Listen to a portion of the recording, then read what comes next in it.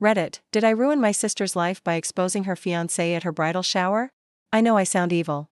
But my sister Paige has always been the perfect one. Perfect grades. Perfect hair. Perfect job.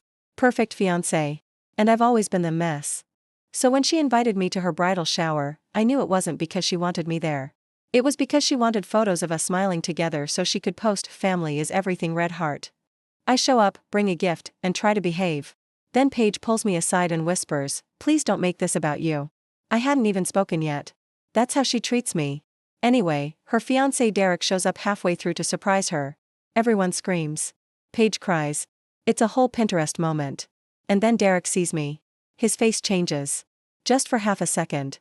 Like fear. And my stomach drops, because I recognize him too. Not from Paige.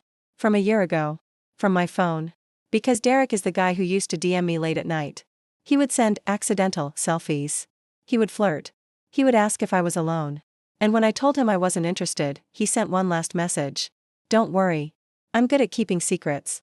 I never told Paige. Because I didn't want to be the jealous sister who ruins her happiness.